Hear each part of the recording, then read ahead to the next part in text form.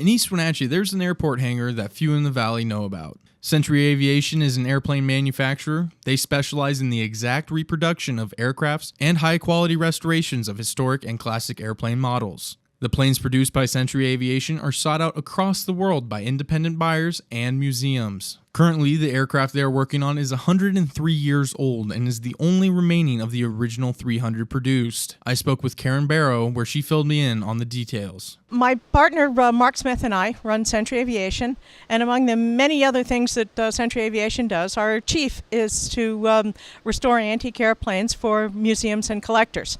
In this case, it's a 1914 Curtiss Model F flying boat. There are none left in the world except for this one. It was parts of it were found in New Haven, Connecticut, in an outbuilding. When the new owner purchased the property, he thought at first it was a windmill, and then when he got looking at it, he realized it was an airplane. He had it authenticated, and the private collector would like us to restore it all the way through to flying. Just the tail feathers and a lot of the controls were available, and what we had to do was to build the fuselage itself. I brought just one of the pieces of the controls that were the original ones that were found.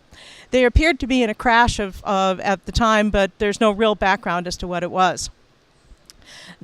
Our project will take about 2.5 to 3 years to finish, and the plane should be flying by next summer.